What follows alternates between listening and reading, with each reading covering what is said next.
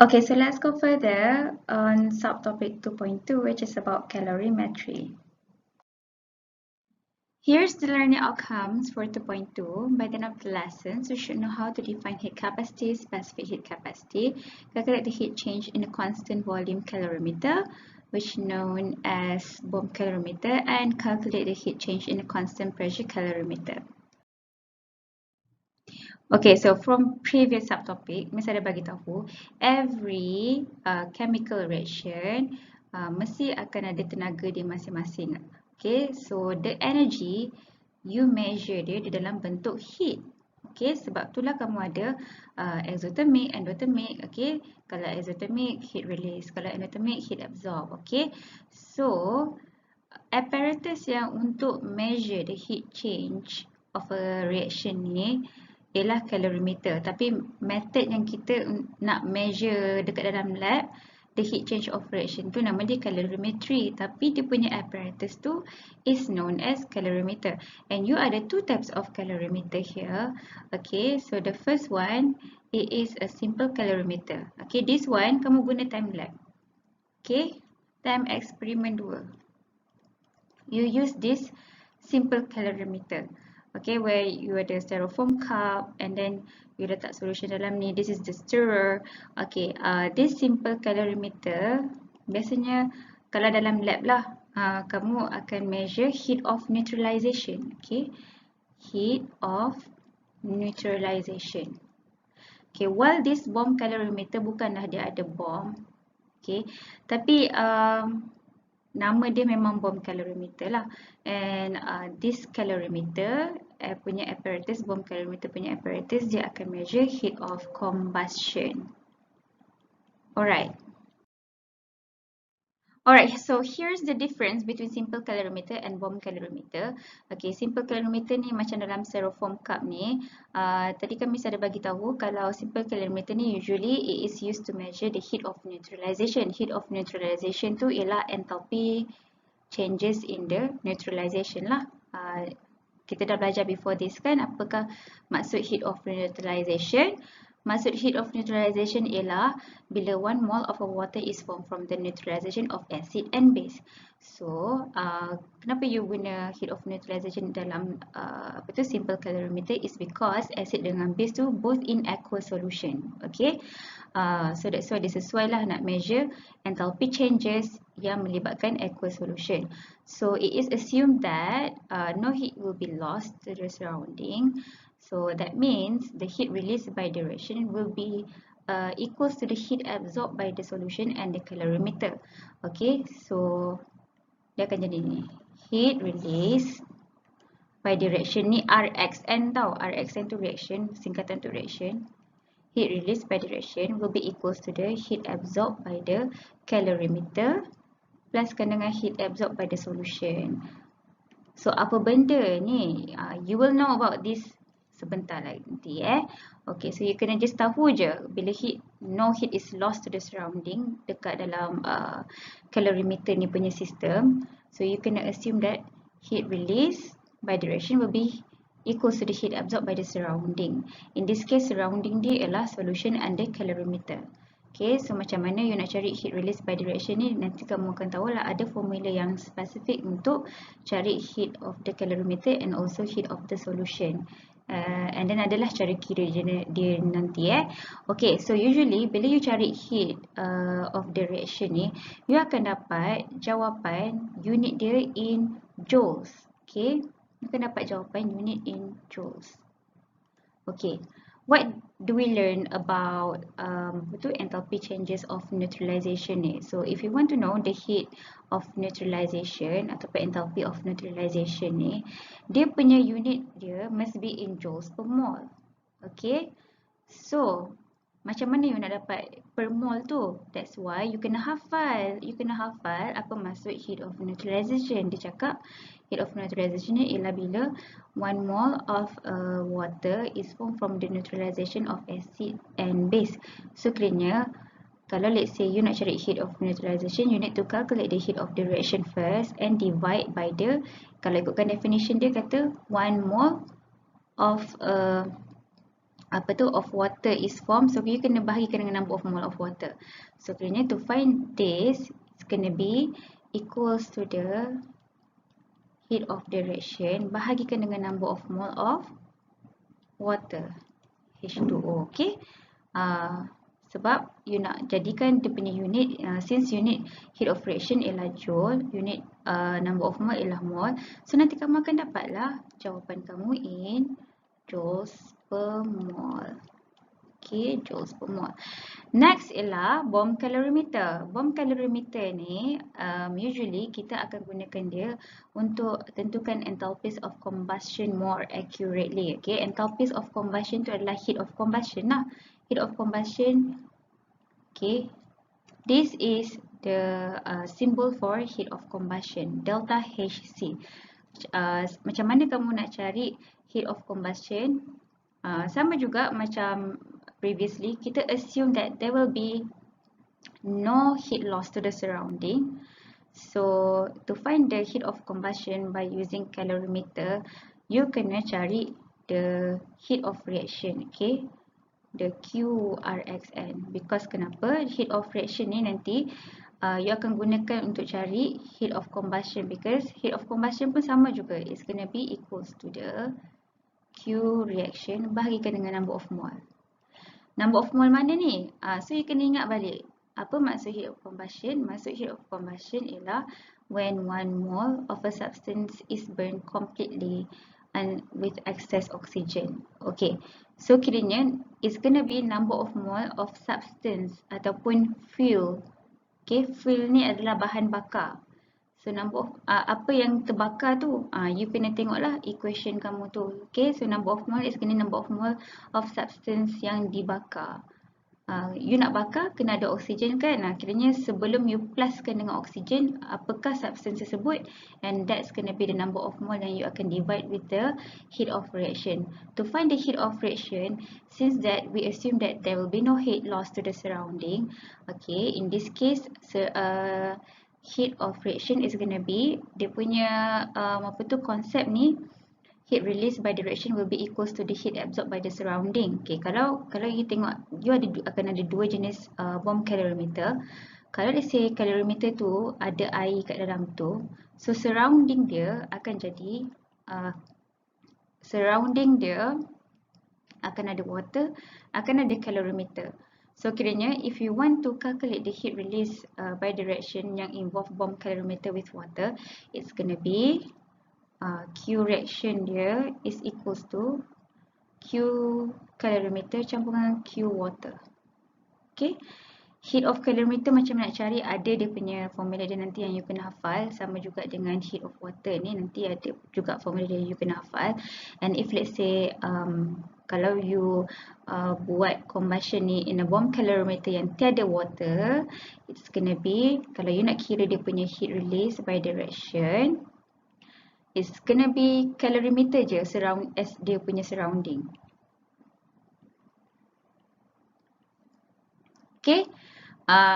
So tapi normally kan, kalau you nak kira heat of combustion, normally you will use bomb calorimeter yang ada water. So kiranya to find the heat of the reaction is heat release from the combustion ataupun reaction tersebut, is gonna be equals to the heat absorbed by the water and calorimeter. Okay, so it's gonna be Q reaction equals to Q calorimeter.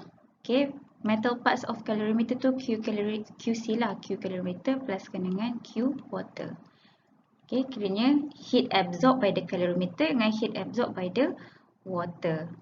Alright, yang ni macam tak penting sangat lah. Process occurs in a sealed container used to measure heat flow gases suitable for high temperature. Yang kita pentingkan is this part. Alright, next you kena bezakan apakah heat capacity and specific heat capacity. Okay, kalau heat capacity, simbol dia ialah capital C. Okay, you boleh nampak kat sini, simbol dia ialah capital C. C besar ya. C besar. And also unit dia pun ialah joules per degree Celsius. Okay. Apa maksud heat capacity? Maksudnya the amount of heat required to raise the temperature of a given quantity of the substance by 1 degree Celsius. Ni kamu kena hafal jugalah. Kadang soalan tanya apa maksud heat capacity, then you have to give this. Okay, and kalau benda tu melibatkan calculation, you kena ingatlah unit heat capacity ialah joules per degree Celsius. Okay, manakala specific heat capacity kita guna lower case. Okay, nampak tak huruf kecil ni? Lower case C. Okay, kiranya C huruf kecil. Apa maksud specific capacity? Maksudnya the amount of heat required to raise the temperature of 1 gram of the substance by 1 degree Celsius. Kat sini apa perbezaan dia? Kat sini specific capacity dia kata by 1 gram. Kalau by 1 gram maksudnya adalah mass kat situ, ya. So it is measured in joules per gram per degree Celsius. So kalau let's say soalan minta definition, you boleh bagi this statement, but then kalau melibatkan calculation, you need to remember the unit here. Okay. So actually specific heat capacity of water ni is fixed and macam famous lah juga, and also Miss rasa dia bagi kot dekat constant, list of constants. So actually specific heat capacity of water ataupun simbol dia, okay, specific heat capacity of water ni simbol dia ialah C kecil W. It is equals to 4.18 joules per gram per degree Celsius. Okay. Apa maksud dia? Maksud dia sebanyak 4.18 joules of energy diperlukan untuk increase the temperature of 1 gram of water by 1 degree Celsius. Okay? Okay, so here's the basic principle of calorimeter. Since that kita assume di dalam calorimeter ni tenaga ataupun heat tu dia tak akan di-destroy, okay? So kita assume yang there will be, tak akan ada heat loss in a calorimeter. So bermaksudnya energy tu dia tak akan destroy kan. So therefore the heat released by the reaction in a calorimeter will be equals to the heat absorbed by the surroundings in the calorimeter. Okay, so heat released by the reaction is Q. Q tu adalah simbol untuk heat, okay. And then heat absorbed by the surroundings, usually it is M kalikan dengan C delta T. So if you are wondering what is Q, Q ialah heat released by a reaction, M ialah mass of the substance, C ialah specific heat capacity, and delta T ialah temperature change, okay. Tapi it is not as simple as this. Okay, I tell you, it is not as simple as this equation. I think you don't really use this kind of general equation when you want to calculate the heat release by the reaction in a calorimeter. Okay, it's not as simple as this. So kiranya ni hanya untuk macam wayang je lah, nak tunjuk je. Tapi sebenarnya kalau you nak kira heat release by a reaction tu in a calorimeter, you kena ambil kira heat absorbed by the surroundings tu in a specific way, okay. So kalau tengoklah surroundings ni, it may refer to the calorimeter itself sahaja. Kalau let's say you ada bomb calorimeter, tak ada water langsung kan, it's gonna be calorimeter sahaja. Kalau surrounding tu water sahaja tak adalah, tapi adalah formula untuk heat absorbed by the water ataupun solution. Okay, and then lagi satu ialah surroundings tu may refer to the water ataupun calorimeter. Okay, so kiranya you akan surrounding you tu akan ada 3 possibilities. It can be just the calorimeter itself sahaja. So usually kalau calorimeter sahaja ialah bomb calorimeter yang without water lah. Okay, and then kalau surrounding to water ataupun solution, dia hanya ada formula dia sendirilah, tapi tak macam rasanya macam jarang-jarang lah kalau kamu nak kira yang water sahaja, jarang-jarang lah. Tapi ada tapi jarang. Okay, and then lastly ialah kalau melibatkan calorimeter tu, melibatkan yang dalam calorimeter tu ada solution ataupun ada water dengan calorimeter itself. Contohnya macam simple calorimeter and bomb calorimeter.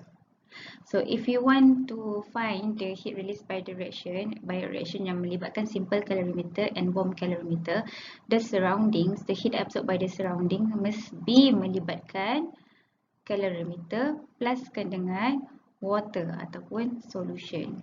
Okay, because water atau solution dia punya formula dia sama, that's why lah kita sekalikan water dengan solution. Okay, calorimeter is a different formula.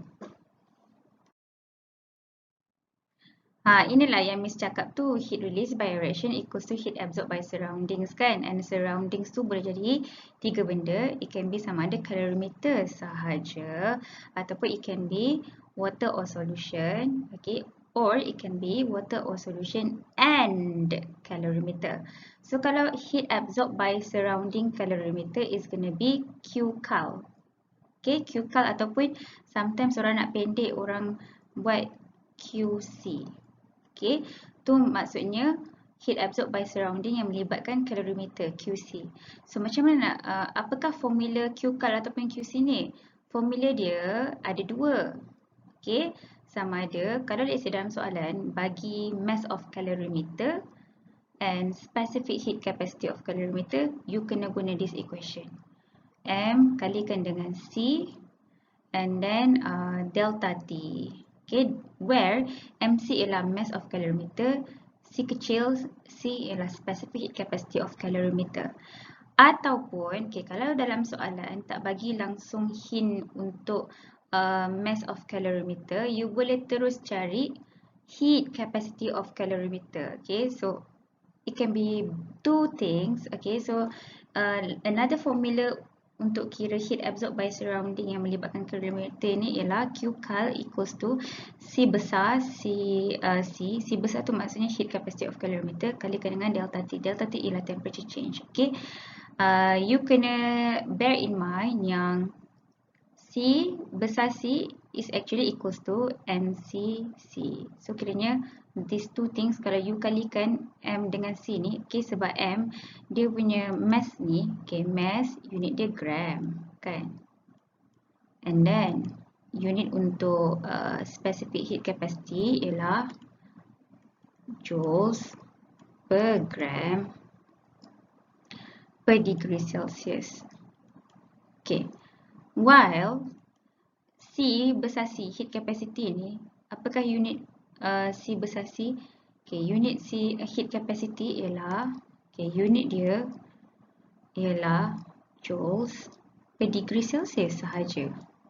Kenapa kita boleh simplifykan kalau M kalikan dengan C kecil ni, kiranya mass kalikan dengan specific heat capacity, dapat heat capacity. Sebab kenapa kita boleh simplifykan? Because kalau mass kalikan dengan specific heat capacity, okay, you akan dapat heat capacity is because you tengok heat capacity unit dia joules per degree Celsius.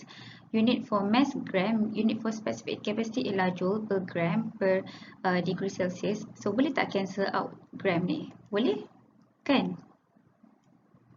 So when I cancel out gram dengan per gram, yang tinggal apa? Joules per degree Celsius. Tengok ni. Unit untuk heat capacity apa? Joules per degree Celsius. So that's why Miss cakap kalau untuk formula Q calorimeter ni ada dua, okay, and these two things is the same thing, okay.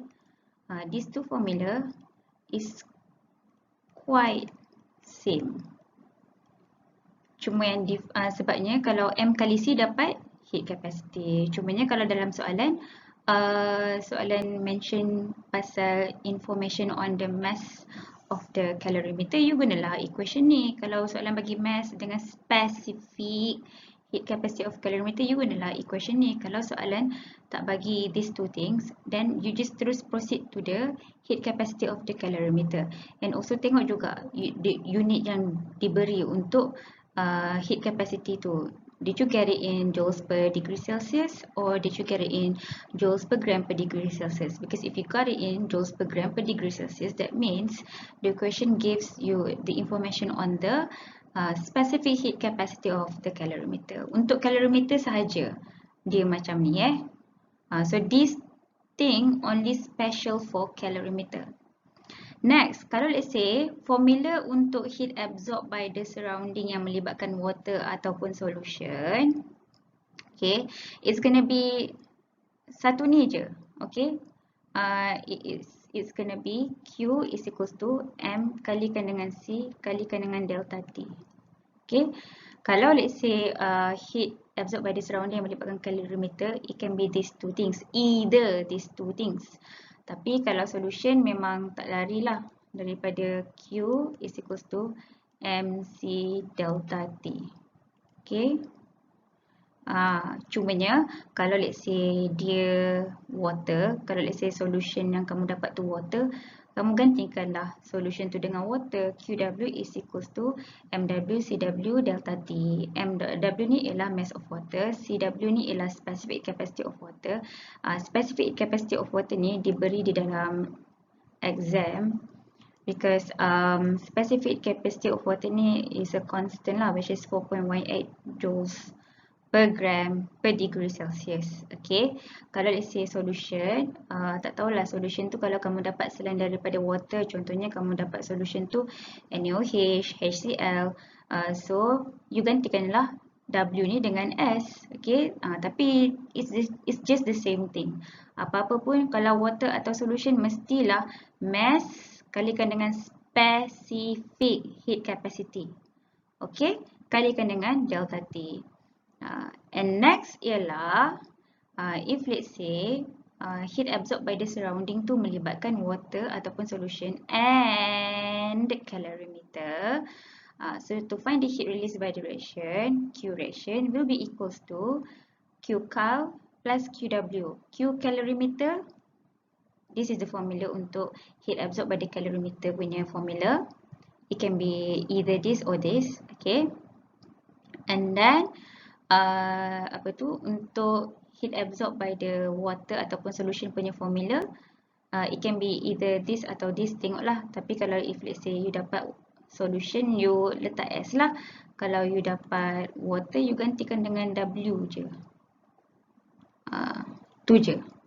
Tapi if you look at here, only calorimeter punya formula je, sama ada this one atau this one. Kalau let's say solution ke water, sama je macam ni, cuma you gantikanlah. Kalau water you buat W, kalau solution you buat S. Okay, untuk summarizekan everything up, kami cakap dalam calorimeter ni principle dia heat released by the reaction. Heat released by reaction tu ialah QRXN. Okay, equals to heat absorbed by surrounding.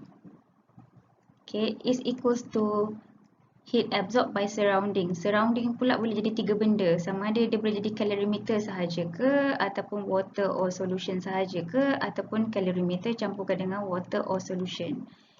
Kalau let's say bila heat released by reaction tu is equals to the heat absorbed by the water or solution only, dia akan jadi formula dia macam ni lah. You boleh tengok dekat table before this, Mr. terangkan. Kalau heat released by reaction tu equals to heat absorbed by calorimeter only, it can be either mass kalikan specific heat capacity of calorimeter times dengan delta T, ataupun heat capacity of calorimeter kalikan dengan delta T. Okay, kalau let's say heat released by reaction is equals to heat absorbed by the water or solution and calorimeter, it can be either this atau this. Kenapa ada dua? Just because of calorimeter ada dua jenis formula tu je lah. Okay, and lastly, kalau when the heat released by a hot substance is absorbed by a colder substance, barulah you guna formula MC delta T ni. Okay, di mana M1 C1 delta T1 ialah for maybe hot water ataupun hot substance. Okay, kalau M2 C2 T2 ni ialah colder substance. Okay, tapi jarang-jarang lah kamu nak guna ni. Selalunya you akan guna this one. Kenapa you guna this one? Sebab ini ialah heat release by reaction yang terlibat di dalam simple calorimeter, simple and bomb calorimeter. Okay, calorimeter.